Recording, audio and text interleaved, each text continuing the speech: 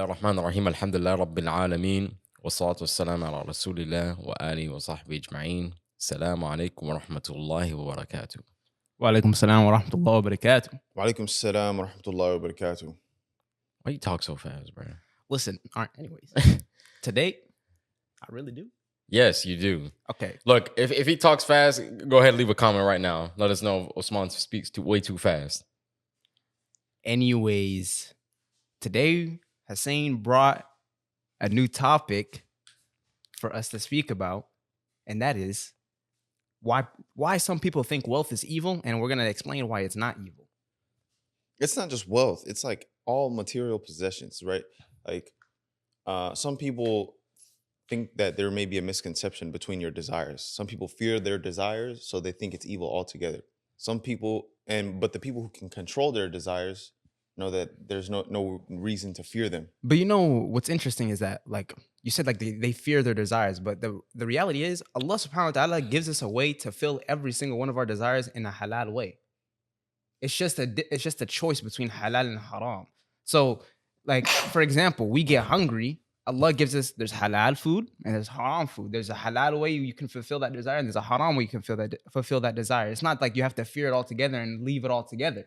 Just like you can want material possession, you can want fast cars, you could want a big house, a big home. That does not take away from you, like, your religion at all. And people make this big distinction saying that, oh, if you choose to live in a comfortable home, have nice clothes, have comfortable shoes, things like this, that you've automatically chose the dunya. They'll say that, or you chose the dunya, or you've prioritized this over your deen, which is not entirely true. And it's like a wrong assumption to make. And you as a Muslim, you should always want to try and strive to have the upper hand. You never want to be reliant on, let's say, the non-Muslims to be a source of your income or housing or anything like that. You as a Muslim, you should want to go above and beyond. Like, there's so many Muslims all around the world. Like, we all specialize in different things. Like, imagine if we actually took those things, collaborated, and made the best out of it, instead of fearing, that we're going to do wrong by it.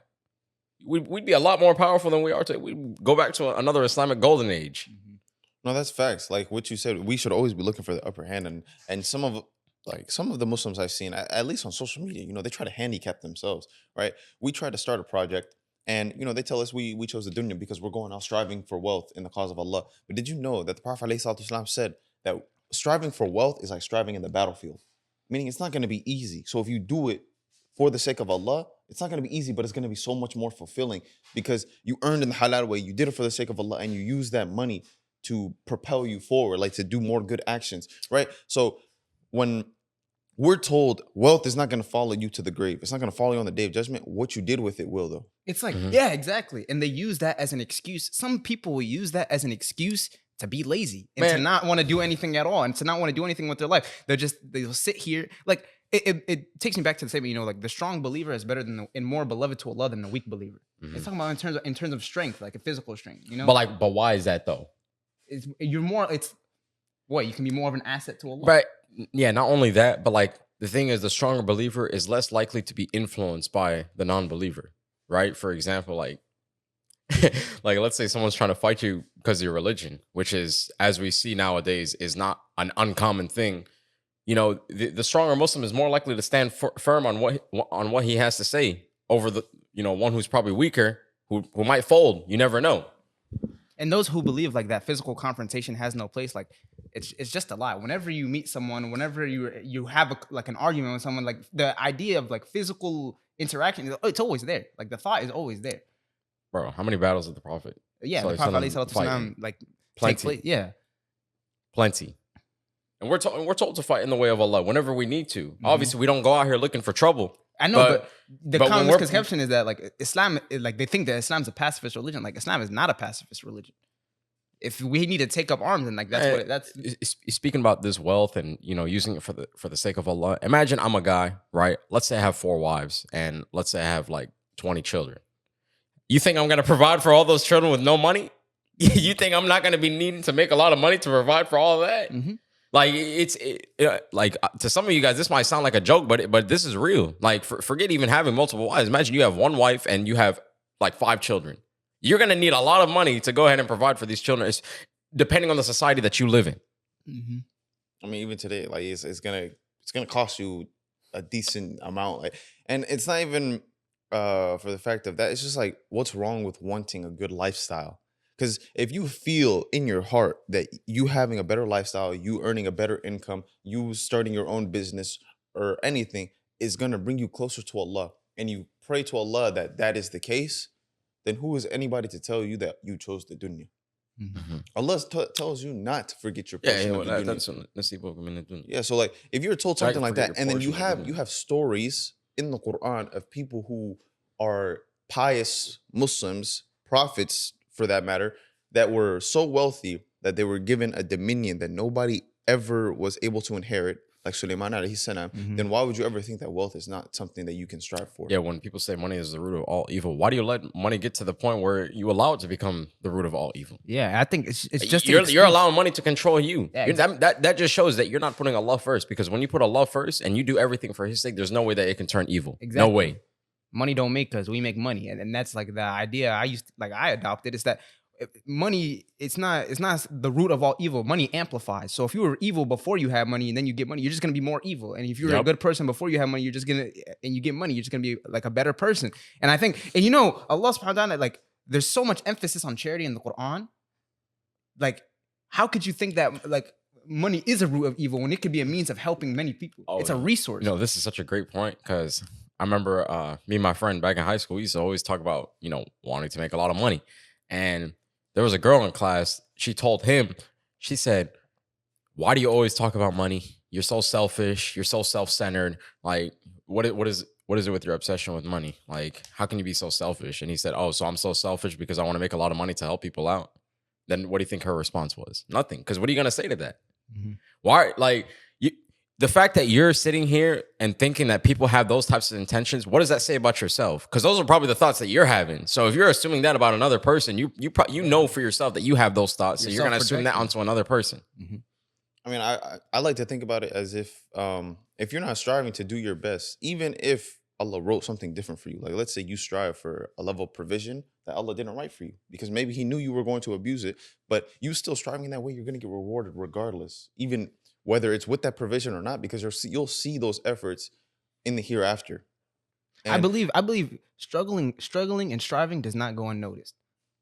Like, it does not go unnoticed at all. Like, we were born and we are slaves of Allah. So I'm gonna work. I'm gonna work as hard as I can because I'm a slave to God. It doesn't matter. I'm not. And it's not like I'm working for another person. I'm working for me, because our plan is, it goes beyond this world. It goes to the hereafter.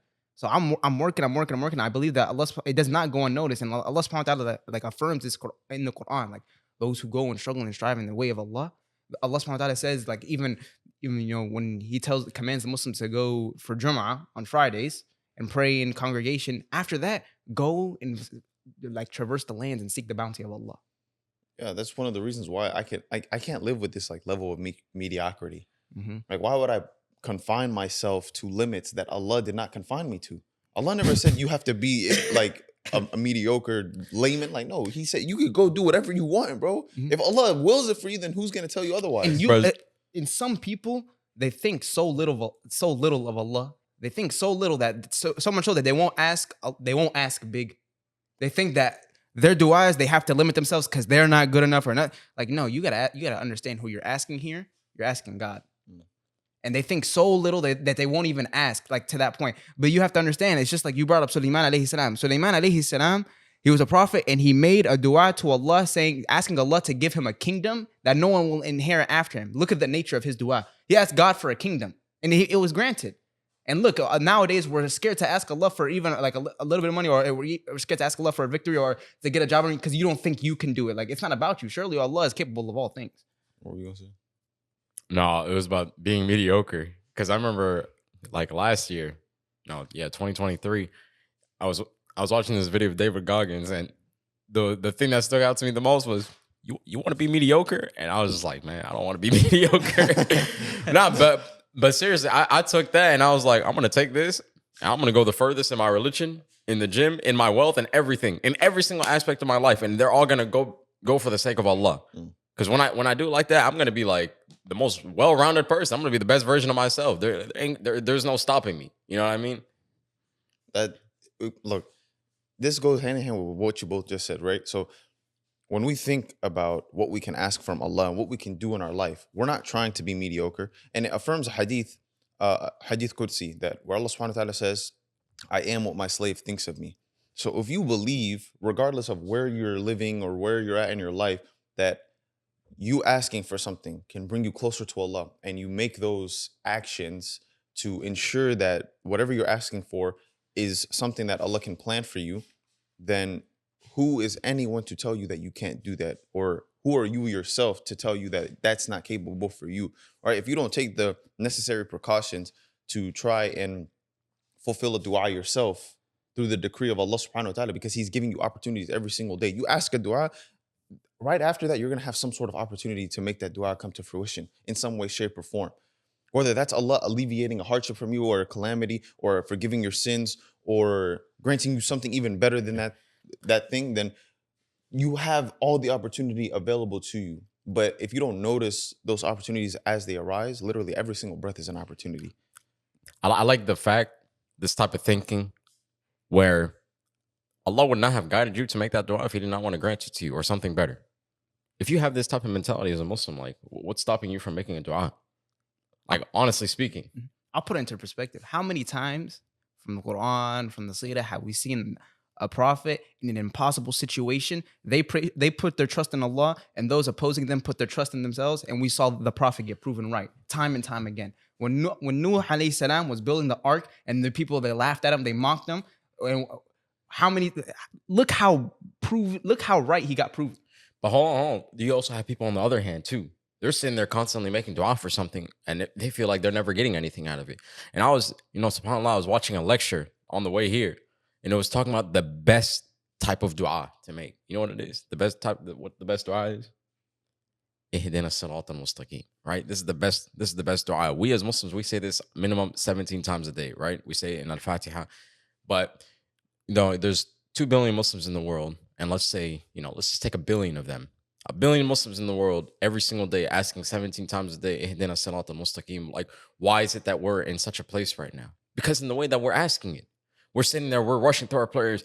Alhamdulillah Rabbil Alameen, Ar-Rahman Ar-Rahim, Malik Yawmiddin. Like, you know what I'm saying? Like, you're just sitting there, you're rushing through. Like, what kind of demand is this? Mm-hmm. You're sitting there, you're asking Allah. You need to go up to Allah with the utmost respect. Like, you're asking Rabbul Alameen, the King of Kings. When you actually sit there and you have that full belief, then Allah will grant you. Imagine the place that we'd be in right now. We'd be sitting there doing things the correct way. We're actually sitting there reflecting and thinking about what Allah has said. Because we're not. It's just going right over our heads. And then that's all almost like, you know what I'm saying? Like, and then we just go on about our day. We're rushing to the next thing. I need to finish my prayers so I can get back to work. I need to finish my prayers so I can go back to watching movies. I need to finish my prayers so I can go back to my family that's waiting for me. I need to finish my prayers so I can go back to my haram relationship that I'm in. Like, it's crazy. And then you wonder why nothing in your life is coming to fruition. And you ask yourself, look, did I do this action the way that the Prophet ﷺ did? Mm-hmm. If you can't ask yourself these types of questions, or think of yourself, or think about your family members or the people around you, like, are these actions that I'm doing, would I be remembered as someone who followed the sunnah? Mm-hmm. Did I make a dua in the way of the sunnah, in the best manner? Did I pray in the best manner? Then you don't give Allah subhanahu wa ta'ala any reason to elevate your status. And if you're asking a dua, right, and you don't know if it's going to get accepted or not, for one, Allah would not guide you to it if He didn't want to grant it to you in some way, shape, mm-hmm. or form, right? So if you're asking these types of du'as, making these prayers, wanting these things in your heart, but you're not taking, those reflections of what you're doing and how they're affecting your life, then Allah will never have any reason to accept from you. Matter of fact, going back to the dua we just literally went over, Ihdina sirat al-mustaqim, if you say this dua and it gets granted to you, that means everything that you do in your life is all for the sake of Allah. Everything that you do will be the best for you, because you're asking Allah to give you that guidance. I mean, I want you to know right now. That's a good point. Listen, really good point. If you pray your one prayer and you say Ihdina sirat al-mustaqim, the next prayer you pray, it's already been answered. Yep. Because Allah grants you permission every prayer that you do. So every time you say Ihdina sirat al-mustaqim, Allah is accepting that prayer. Dang. And you're going to get rewarded with every prayer that you do. But of course, the more perfect the prayer is, the more you strive to do your best in the prayer, the more reward you're going to get. So you're going to get rewarded for every single prayer. But if you're just rushing through it, then you're not giving Allah any urgency that you really want that guidance, that you want to go even further than going to the next prayer, that you maybe want to adopt a sunnah, or that you want to be able to make some sort of dua that elevates you so high in this dunya. Like, I want you to think about the importance of that line, right? Why do we repeat this so many times a day? Allah makes what type of deeds mandatory, right? The ones that He loves the most. Allah makes things that He loves the most fard. So we're sitting here, we're reciting Al-Fatiha 17 times a day. Like, we should not be reciting any other surah more than we recite Al-Fatiha. You ever heard somebody say, I'm bored of reciting Al-Fatiha? You ever heard that? No, you never heard of that. Never heard it. But yet again, we sit here and we constantly recite it in our sunnah prayers, in our fard prayers, like all over the world. Like, we're sitting there, we're revising it. I remember, what's it called? Last year when I was telling you, I was like, oh, I want to revise my Quran. And I was like, you know what I'm going to start off with? I'm going to start off with Al-Fatiha. And I was like, I already know the surah, but I want to make it the most perfect surah that I know. I want to make sure that this is every time I recite Al-Fatiha, it's the best thing that I recite. Because it's the most important surah of the Quran. Like, if there was one line that would summarize the entire Quran, it's Iyyaka na'budu wa iyyaka nasta'in. Like, Allah alone you worship, and Him alone we ask for help. Al-Fatiha is such a special surah. Like, you implement Al-Fatiha in your life, there's no way that you can lose. I find it ironic how we started this episode talking about wealth, and then we moved into dua, and then we moved into prayer, and then we moved to Fatiha. Allahu Akbar. It's almost like subconscious. Like, we know, like, wealth, it's there, it's nice, and we strive for it. But like, I would never meet more of a solid person than the people. Like, I go, like, you see them in the mosque and you see them for Fajr, and then you go in the mosque, you see them for Dhuhr, and then you go in the mosque, you see them for Asr, and then you go and you see them for Maghrib, and then you see them for Isha. You never meet more of a solid person. Like, and I just look at them and it's like, I trust them with everything. I'll let this person drive my car and I know it'll come back in one piece. And here's the thing. We start off this episode talking about wealth. We started off talking about money, but that's only a small aspect of wealth. Of your life. Yeah. Some people Like, make it their entire life. Like, wealth is a big thing, right? It's not just money. Your health is also your wealth. Your salah is also your wealth. Like, if all right, look, the most important factor of your wealth is your iman. Without your iman, like, your wealth is pretty much worthless. But if you mix in your iman with everything else will follow behind it. It's like a catalyst. It amplifies everything else. And we're not sitting here talking about, like, oh, striving to become like a billionaire or something, but it's like, when we mention mediocrity, we just mean knowing that you're not living up to your fullest potential. And not Because trying your what best, will yeah. you do on the day of judgment when Allah asks you why you lived your life in this way and He gave you the opportunity to do this? That's such a good point. I live by this point as well. That is such a disrespect to Allah. When Allah sits there and He gives you potential, when He gives you guidance, when He gives you everything, and you sit there and you make a waste of it. You make a fool of yourself. You sit there and you're fulfilling haram desires, and, you know, making waste of everything that He has given you.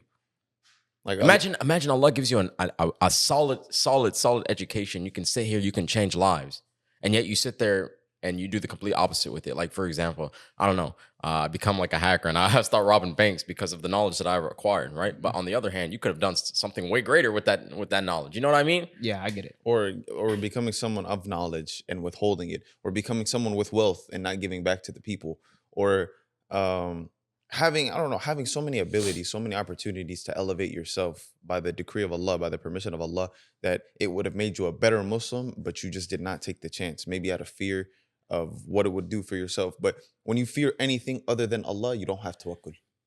And that's probably the realest statement I could tell you throughout this entire, like, podcast, is that if you fear anything other than Allah, then you have no tawakkul.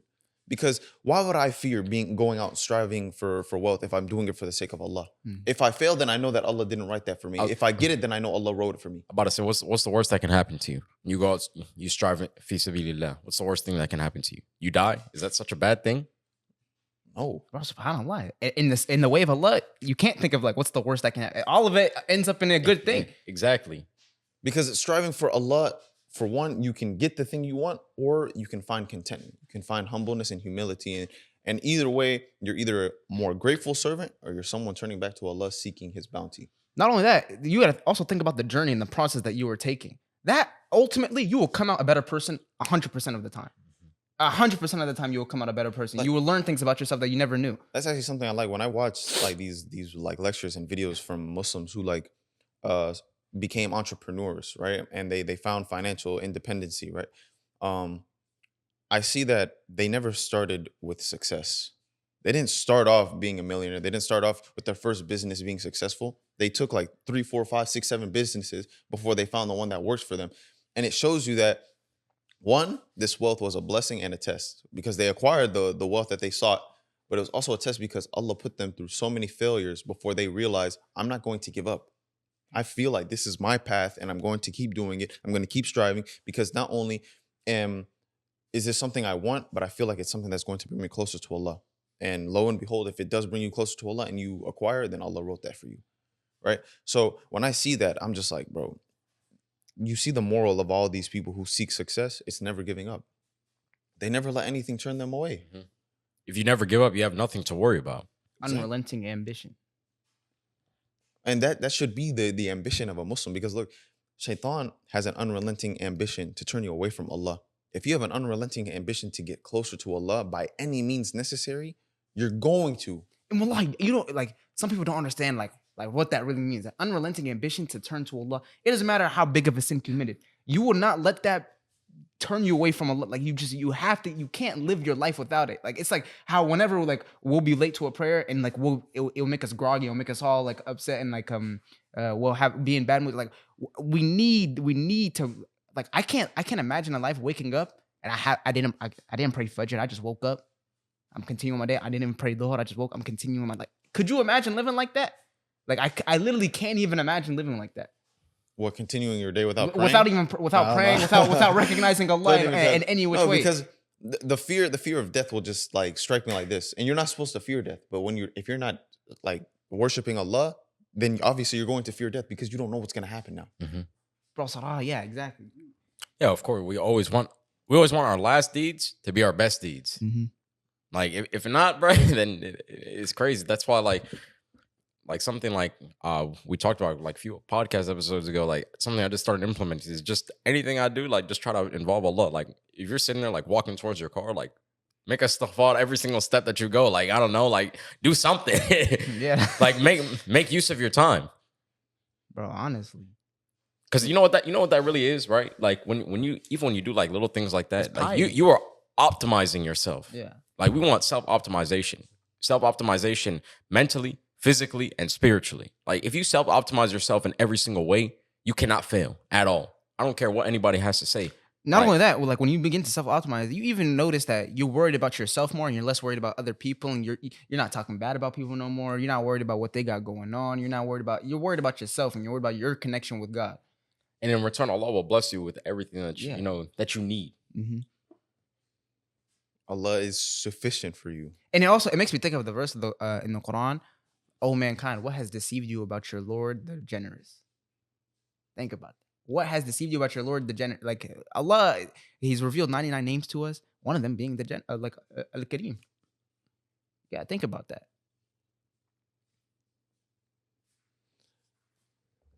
I want people to really like hone in on how you approach your everyday life and the goals that you set for yourself.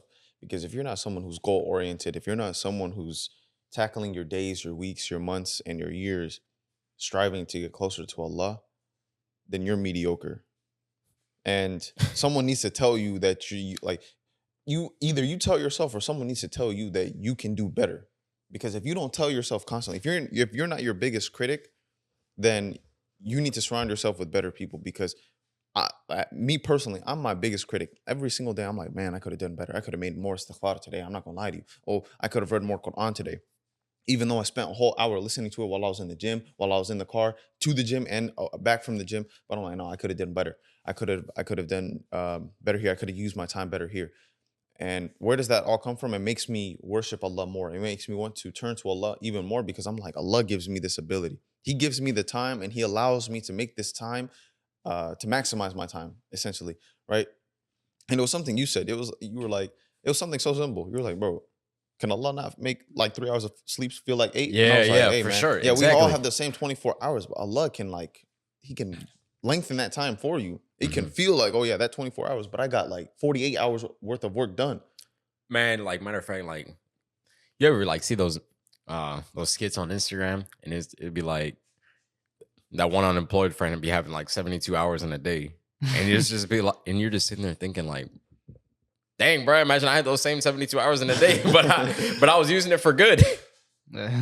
No, facts. Like it just makes me think like the more you maximize your time for Allah and strive for Allah, the more time you're going to feel like you have. Yeah, Time it's only like- runs, time only flies when you're doing stuff that's not bringing you close to Allah. look, It's like quality over quantity. It's like Bro, you see this in the most effect when you actually get up early and you worship Allah from like the morning, and then you get your day started from the early on. Then you know it feels like you did so much in such little time. Yes. Like, look, man, I experimented this like last week. I was sitting there. I got up for Fajr, didn't go back to sleep, sat there and was just reading Quran and stuff like that. And then after that, then I went to work, and it's just like, bro, I felt like I completed my whole day already. And it's just like it came to the end of the day. It was like 6:00, and I was like, bro, like I already did everything I need to do from the day. Like now, whatever I do now, it feels like extra credit. Nah, that's funny. no, but even remember when we were in Egypt, like, and we had those days where we had to start really early. Dude, it felt like we lived 3 days in one day. Now for real. It felt like we was doing. It felt like we was getting so much done. I want to keep on reliving those. It's like I'm getting more out of my life than anyone else because you sitting here sleeping. Nah, Yeah, no, bro. that's Those facts, days, bro. bro, you be sitting there waking up at 2 p.m. and you're just like, Boom! I feel so like my heart hurts. Those days in Egypt, though, I'm not gonna lie, we were waking up so early, and I was just saying like the whole day felt so long, but then at the same time, it felt like we did so much, and then I'd come back feeling so fulfilled because I'm like, I spent my entire It day felt doing like something. It felt like I deserved. But to hold sleep. hold on though. Speaking about deserving to sleep, those days we'd get up so early, but then we'd sleep at like 1, 2 o'clock in the morning again. Like we get like 3 or 4 hours of sleep, and then we're working the entire day, bro. And then we come back and we're like, bro, It wasn't even we that did, bad. we worked the entire day. We did so much today, and like we still like I ain't gonna lie, we were mad tired, but like it felt like we had enough energy to get by through the entire day. Yeah. No, that's facts. And like really the only thing you can do there is just like thank God because even though we took like little short naps on the bus, so it still Hey, bro, baffled me the necessary. fact that I felt like I was on 8 hours of sleep whenever I was awake, and I'm just like walking around like it's normal, like there's nothing wrong with me or anything like that. You know what's crazy? It'd be the days where I get 10 hours of sleep and I wake up and I'm still tired. But when I get 3 hours of sleep, I wake up and I'm energized and it feels like I can do everything in the world.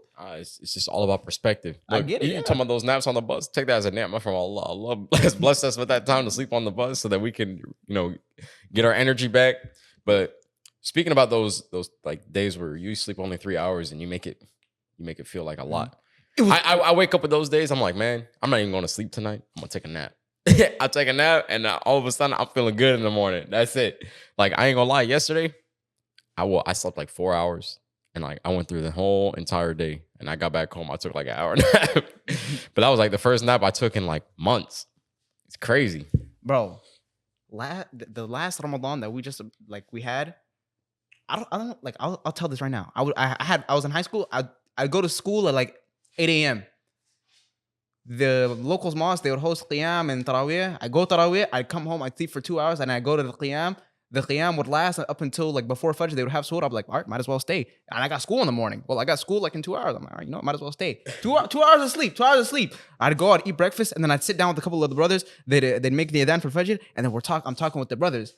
And like, bro, we're having the most meaningful talks. This is like towards like the last third of nights in Ramadan. Then we'll pray Fajr, and then after Fajr, we still sit and talk. And we're talking in the masjid. I'm talking to these brothers, and I'm like, and I've never had I was so excited. Like I just had so much energy. I didn't even I forgot to sleep. I forgot that I had no sleep. And then I'd go to school and I have more energy than everyone else. And sleep wasn't even a thought in my mind. I didn't even think I gotta go get sleep. I'm tired of that. I didn't even drink coffee either.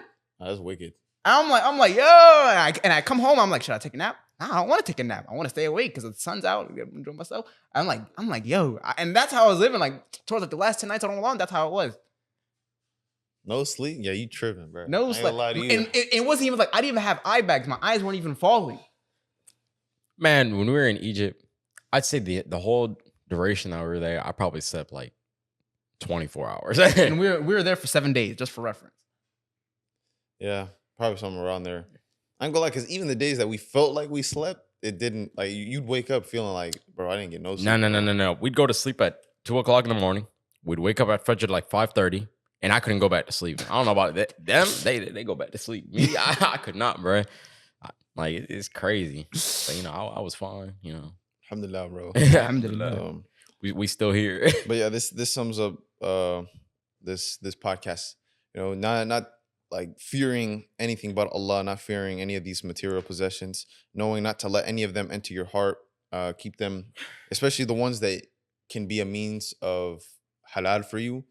Then keep them in your hand where you can control them. Don't let them control you.